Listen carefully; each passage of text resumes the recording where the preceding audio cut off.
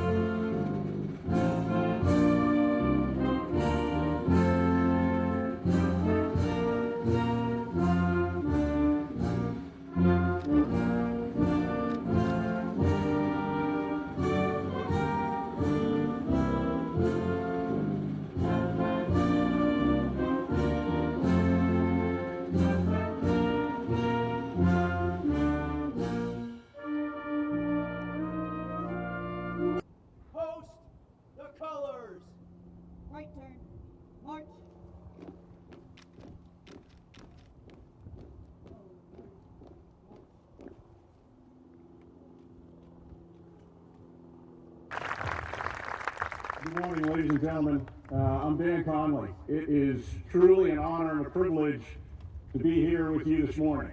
I have been excited about this day since I was first told we're invited to come up here. So for the staff and the team that's here, thank you very much. This is a phenomenal day at an amazing place. On the way up here, my beautiful bride asked me if I knew what I was going to talk about, and then was quick to tell me after that, you can be funny or you can be brief, and you're not funny, so you probably ought to be brief. So when the boss talks, you listen. I do want to thank, before I start, I do want to thank Mr. Dix, who you'll hear from in a little bit, and the Medal of Honor Society and the Medal of Honor wearers here this morning. We had the opportunity to have dinner with them last night.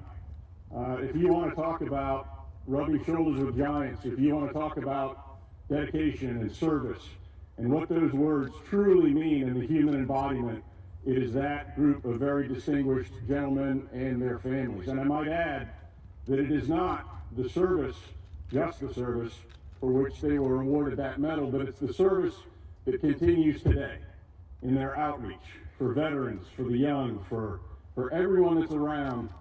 This group is much more than just the blue ribbon, as impressive as that may be.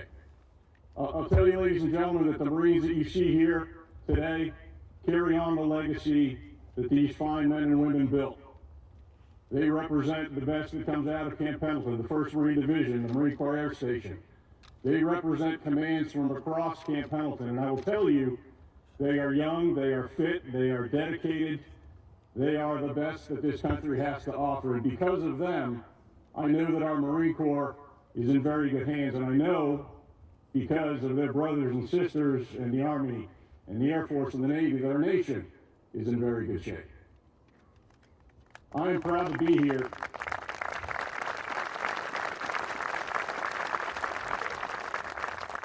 I'm proud to be here because Marines are students of history. You walk the halls of this building, you talk to the men and their families here, you know what history is about. In the Marine Corps, we do it. We remember our battles. We remember the heroes and the leaders of those battles. And we remember because it's a way to pass our lineage from those who've gone before us to those who serve today. President Reagan understood that. President Reagan understood what service and dedication and sacrifice was. And because of that, he remains a hero to the Marine Corps and to the military to this day. As John pointed out, I'm the commanding general of Marine Corps Installations West. What that means is I'm responsible for the 7 bases in California and 1 in Arizona. And our primary mission is to train your Marine Corps, your Marines, to deploy and go wherever our president or our Congress should direct. Sometimes that's into war and sometimes that's into peace. But mostly we train so that we can be the most ready when the nation is least ready. We can be the 911 force that President Reagan talked about. I remember a long time ago, October of '83, on a rainy morning, I watched on TV as President and Mrs. Reagan debarked Marine One, and on their way into the White House, President Reagan stopped. And he turned to the cameras and he memorized, or he remembered, the 220 Marines and the 21 other service members that were killed in the Beirut bombings. And in that brief, short moment, he recognized their sacrifice and he comforted the families and the friends that they had left behind. Not long after that, he was remarked to have said, some people live their entire lives wondering if they've made a difference in the world.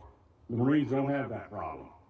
And while we can thump our chest about that, and while it gave great support to our Marines to know that their commander-in-chief was behind them after such a horrific act, what it really was a call to Marines, and really it's a call to all of us, to live up to that ideal. I had the great honor and the great privilege of coming into a Marine Corps that was stronger, it was better organized, it was better equipped because of Mr. Reagan's peace through strength philosophy. And it was because of that, less than 2 years after he had left office, that we were able to spring across the deserts of Kuwait and liberate that city in under 100 hours. In the intervening time since he has left the office and as I've gotten older in my career with less hair and more gray, what I've come to find and appreciate more is the strength and the dedication and the patriotism of Ronald Reagan, really just the common decency of a man that held this country to what it should be. So on behalf of your Marines here and your 186,000 Marines from around the world, we say thank you, Mr. President, for your service and happy birthday. Semper Fidelis.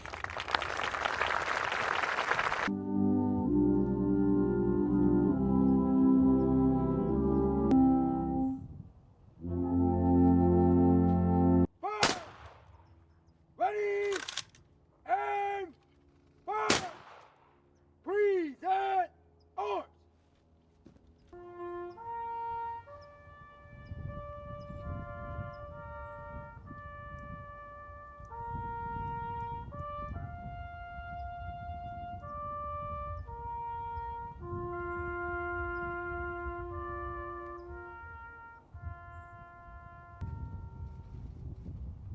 Honor guard!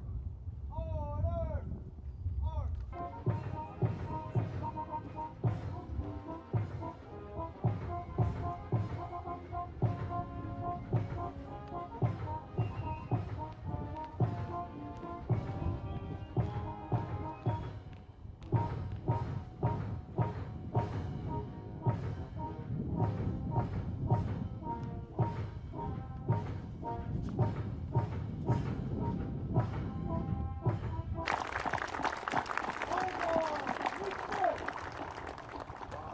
This